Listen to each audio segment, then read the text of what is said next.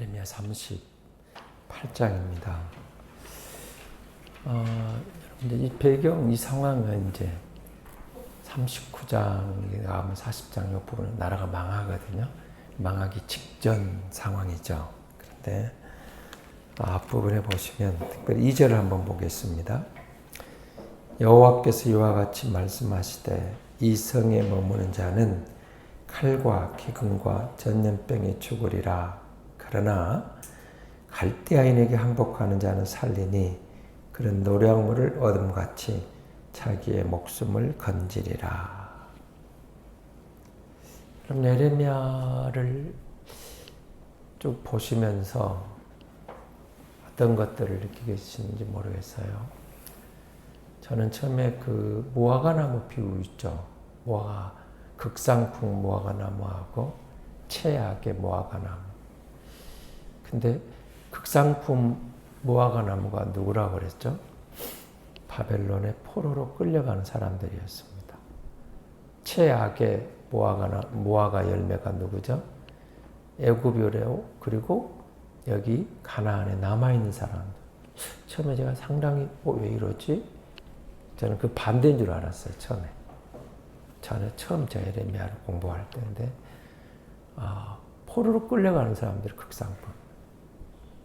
남아있는 사람, 애굽으로 내려가는 사람들은 최악의 무화과 열매 비유가 되어 있습니다. 그 뜻이 이유가 있었겠죠. 바벨론으로 끌려가는 것은 심판을 당하지만 하나님의 뜻이 있어서 그곳에서 다시 돌아오고 회복되는 백성의 길을 가게 됩니다. 그런데 애굽을 의지하고 또 자기들의 어떤 걸 의지해 남아있는 자들은 불순종의 사람들이라는 그런 뜻이었죠. 2절 말씀은 이런 뜻입니다. 이제 회개하기는 사실 너무 늦었습니다.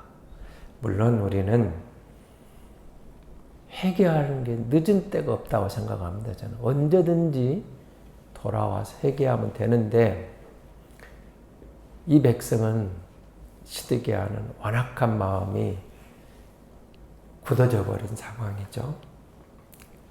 그렇다면 이제는 심판, 징벌, 하나님의 징벌을 피할 길이 없습니다.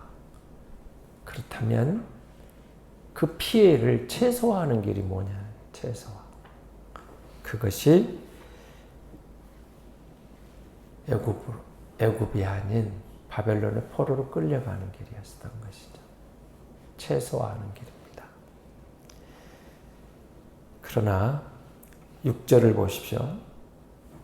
그들이 예레미야를 끌어다가 감옥 뜰에 있는 왕의 아들 말기야의 구덩이에 던져 넣을 때에 예레미야를 줄로 달아내렸는데 그 구덩이에는 물이 없고 진창뿐이므로 예레미야가 진창 속에 빠졌더라. 저들은 예레미야의 말을 끝까지 거부한 겁니다. 듣기 싫어서 예레미야를 진흙구덩이에 던지는 거죠. 결국 이 말은 예레미야가 진흙구덩이에 던져집니다마는 다른 말로 생각해 보면 하나님의 말씀을 전하지 못하도록 하고 있는 거죠. 그리고 하나님의 말씀이 진흙구덩이에 던져진 셈입니다. 말씀을 듣기 싫다. 그래서 그 말씀을 진흙탕에 던져버린 꼴이 된 거죠. 안타까운 상황입니다. 하나님의 말씀이 진흙구덩이에 던져졌다. 듣기 싫은 겁니다. 예면하고 싶은 겁니다. 내가 듣고 싶은 말, 우리가 듣고 싶은 그거, 거짓 선지자들에게 들으면서 좋아했던 자들이었고 참 하나님의 말씀을 전하는 예레미야의 메시지에는 길을 막았던 것이죠. 그리고 10절을 보십시오. 왕이 구스 사람 에벨멜렉에게 명령하여 이르되 너는 여기서 30명을 데리고 가서 선지자 에레미야가 죽기 전에 그를 구덩이에서 끌어내라. 7절입니다. 왕국 넷이 구수인 에벨멜렉이 그들이 에레미야를 구덩이에 던져 넣었음을 들으니라. 그때 왕이 베냐민 문에 앉았더니 에벨멜렉이 왕궁에서 나와 왕께 하려 이르되 내 주 왕이여 저 사람들이 선지자 에레미야에 행한 모든 일은 악하니이다. 성중에 떡이 떨어졌거늘 그들이 그를 구덩이에 던져 넣었으니 그가 거기에서 굶어 죽으리이다. 뜻밖에도 이방인 후스 사람 에벨멜렉에게 의해서 에레미야가 구덩이에서 건져집니다. 왕이 이 넷이 후스 사람 에벨멜렉의 말을 듣고 그에게 에레미야를 끌어내라고 사람들을 보내줍니다. 그래서 30명을 보내죠. 여기 보면은 30명을 데리고 가서 구하라는 이유는 방해 세력들이 있었기 때문에 그럽니다. 다른 방백들 그렇죠. 방해 공작을 막고 구출해내라는 확고하게 건져내라. 저는 이 말씀을 준비하다가 이방인을 쓰시는 하나님을 필요할 때는 하나님께서 전혀 뜻밖의 사람을 들어서 자기 백성을 자기 사람을 보호할 때는 보호하시고 지켜주시고 그 하나님의 그 섭리라는 것을 우리가 다 이해 못하는 방법들로 쓰시는 하나님을 만나게 됩니다. 전혀 뜻밖의 사람. 제가 목회하다가 그 돌아와 간증하는 사람이 어떻게 예수 믿었냐 했더니 무당한테 가서 구설하는데 물어보니까 뜻밖의 말을 해요. 당신은 여기 올 사람이 아니고 교회 가야 될 사람. 무당에게 전도되어서 온 사람도 있어요. 무당에 전도. 여러분 이제 저희 그 손원보 목사가 조금 요즘 곁길로 가서 제 마음에 안 듭니다만 이 친구가 신학을 하고 의사 신학한 줄 압니까? 간증을 한번 들어보시면 저희 후배입니다만 절에서 스님이 신학교를 보내줬습니다. 스님이 신학교 그 절에 가 있는데 신학교를 가겠다니까 절에서 보내줘가지고 신학교를 졸업한 사람. 하나님의 방법은 참 다양해요. 때로는 중을 통해서 신학교도 보내주고 무당을 통해서 교회 가라고를 하지라는가. 에레미야가 아직 죽을 때가 아니었기 때문에 하나님은 이방인 에벨멜렉을 통해서 건져주시는 겁니다. 저는 이 말씀을 보다가 이런 생각을 했습니다. 어떤 상황 속에서도 하나님을 끝까지 믿는 게 복이라는 다시 확인하고 어떤 경우도 예수를 버려서는 안 되고 예수를 믿어야 된다. 죽어도 예수 믿고 살아도 예수. 예수는 우리 환경이나 내 어떤 조건이나 내 형편에 따라 얻고 버리는 것을 내가 치사할 게 아니고 선택할 게 아니고 예수는 절대 믿어야 된다. 절대 믿고 이건 절대 100% 0.1%도 마이너스를 하면 안 되고 절대 신뢰하고 절대 의지해야 할 뿐. 그것이 사람의 도리구나. 그게 믿음의 여정이구나. 어떤 상황 속에서도 내가 아무리 힘들어도 이해가 안 돼도 이 신앙, 이 예수는 우리가 버려서는 안 되는. 그럴 때 절대 주를 신뢰할 때 하나님은 하나님의 방법으로 자기 백성을 나를 보호하신다. 나를 지켜주신다. 이끌어 가신다. 그런 은혜를 다시 한번 제 마음속에 깨닫게 되었습니다. 하나님입니다. 하나님은 필요하실 때 하나님의 특별한 방법으로 때로는 이방인을 들어서도, 때로는 전혀 낯선 사람을 통해서도, 때로는 타종교인을 들어서도, 때로는 처음 본 사람을 통해서도 하나님이 역사하신다는 것. 역사하시는 방법. 그래서 시대들에서 갇혀있는 에레미야를 보면서 이런 생각이 들죠. 예루살렘이 멸망하기 전에 그곳은 하나님의 성전이 불타기 전에 마지막으로 하나님의 말씀이 선포된 강단이었습니다. 에레미야가 갇히죠. 그래도 말씀은 거기 있었습니다. 진짜는 거기 있었어요. 구덩이 밖에 화려한 말 솜씨로 백성의 비유를 마치고 왕의 비유를 마치고 저들에게 듣기 좋은 소리를 들려주는 거기에 말씀이 있었던 게 아니고 외면당하고 버려지고 구덩이에 빠뜨려진 그곳에 하나님의 말씀이 있었던 겁니다. 불타버린 성전 직전에 마지막 강단이 된 곳이 구덩이였던 것이죠. 에레미야가 거기 있었기 때문에 그렇습니다. 하나님의 사람 에레미야죠. 그러면 14절 이하에 보면 다시 왕 앞에 부름 받습니다. 왕이 14절 한번 보십시오. 시드기야 왕이 사람을 보내서 선지자 에레미야를 여호와의 성전 셋째 문으로 데려오게 하고 왕이 에레미야에게 이르되 내가 내게 한 가지 일을 물으리니 한마디도 내게 숨기지 말라. 그리고 에레미야가 시드기야에게 이렇게 말합니다.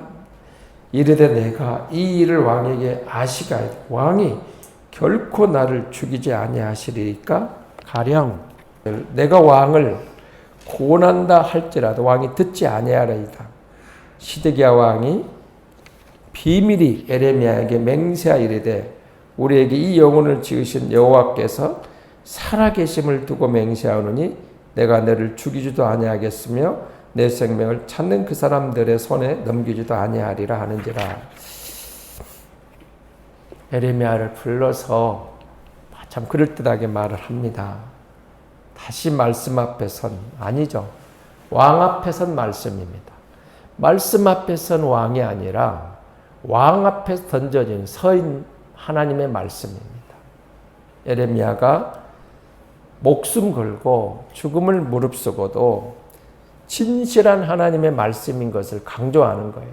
이것은 진실된 하나님의 말씀입니다. 정말 나를 안 죽이시겠다. 목숨을 걸고. 그래서 17절에 보시면 에레미야가 시드기야에게 이르되 만군의 하나님이신 이스라엘 하나님 여호와 이와 같이 말씀하시되, 하나님이 말씀합니다. 만왕의 왕이 말씀하십니다. 이 말 속에는 왕이신 하나님, 당신이 왕이지만 만왕의 왕이 계십니다. 장엄하고 정말 엄숙한 하나님의 말씀입니다. 이런 뜻이죠. 그래서 에레미야는 비장한 마음으로 이게 진짜입니다. 이게 하나님의 뜻입니다. 이게 하나님의 말씀입니다. 그러면서 장엄하게, 비장하게 하나님의 말씀을 선포합니다. 그리고 하나님은 시드기야 왕에게 마지막 기회를 주는 겁니다. 마지막 기회. 그에게 향한 망하는 나라 앞에 마지막 그 왕에게 마지막 긍휼을 베푸시는 하나님. 18절 이하에는 마지막 경고가 나옵니다. 그리고 20절에 보시면 선지자의 마지막 호소도 나옵니다. 18절 보십시오. 네가 만일 나가서 바벨론 왕의 고관들에게 항복하지 아니하면 이 성이 갈대아인의 손에 넘어가리니 그들이 이 성을 불사할 것이며 너는 그들의 손을 벗어나지 못하리라 하셨나이다. 이게 하나님 말씀입니다. 항복하라는 20절입니다. 에레미야 이르되 그 무리가 왕을 그들에게 넘기지 아니하리라. 이 말은 무슨 말이냐면 왕이 19절에 보시면 에레미야 말을 거절한 이유입니다. 이유. 시드기야 왕이 에레미야에게 이르되 나는 갈대아인에게 항복한 유다인을 두려워하노라. 염려하건대 갈대아인들이 나를 그들의 손에 넘기면 그들이 나를 조롱할까 하노라. 여기서 아주 중요한 말을 우리가 만나게 되는데요. 사람을 두려워서 사람의 눈치 보고 에레미야의 그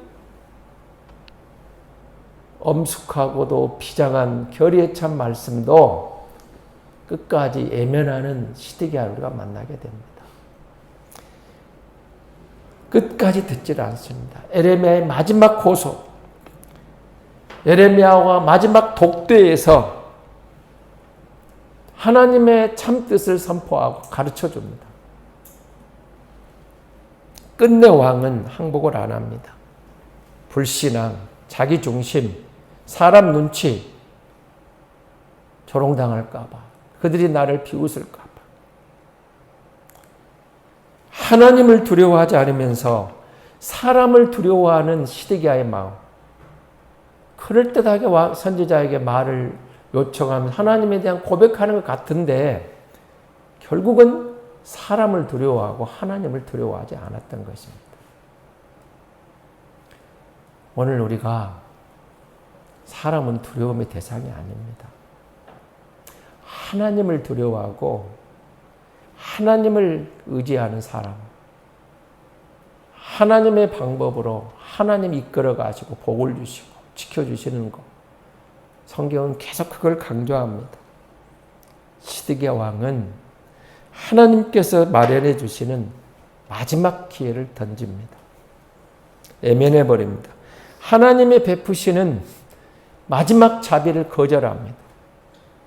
하나님이 주시는 마지막 긍휼마저도 놓치고 맙니다. 그리고 비참한 최후를 맞이하게 되는 거죠. 하나님은 심판하시는 중에도 긍휼을 베푸시는 하나님입니다. 그 가운데서도 좋은 쪽으로 마지막으로 하나님의 속성을 우리가 늘 묵상하고 말씀 속에서 하나님을 만날 때 하나님의 무한한 사랑도 있고 자비도 있고 긍휼이 다가옵니다. 그 AI에서도 하나님의 말씀에게 다 길이 있다고. 우리의 모든 문제가 성경 안에 있습니다. 답이 있습니다. 성령이 우리를 감동하사 그 말씀을 만나게 할 때 거기에 길이 있고 답이 있습니다. 우리의 마음이 단순히 어떤 문제의 두려움 때문이 아니고 상황 때문이 아니고 우리 속에서 우리 중심에서 우리의 심령 저 깊은 곳에서 하나님을 향한 신실함이 있을 때, 간절함이 있을 때, 애절함이 있을 때 하나님은 결코 우리를 외면하지 않습니다. 하나님께로 갔을 때 마지막 고소마저도 그 귀한 선지자와 독대하고서도 마지막 기회도 마지막 자비도 마지막 긍휼도 저버리는 시드기야의 마지막을 보면서 마음이 아픕니다. 이 시대를 살아가는 저와 여러분이 하나님과 독대했을 때, 말씀 앞에 섰을 때 시드기야의 길이 아니라 에레미야의 길, 그리스도의 길을 찾을 때, 선택할 때 하나님은 우리에게 자비를, 긍휼을 베푸시는 우리 왕 하나님이신 줄 믿습니다. 하나님 감사합니다. 사랑합니다.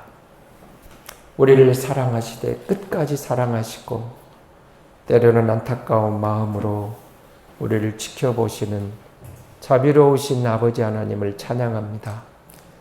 유다 왕국의 마지막 왕 시드기야의 모습을 보면서 완악한 백성들의 완악한 마음, 패역한 그들의 돌이킬 수 없는 그런 상황들을 볼 때 하나님 이 시대를 우리가 보는 것 같기도 합니다.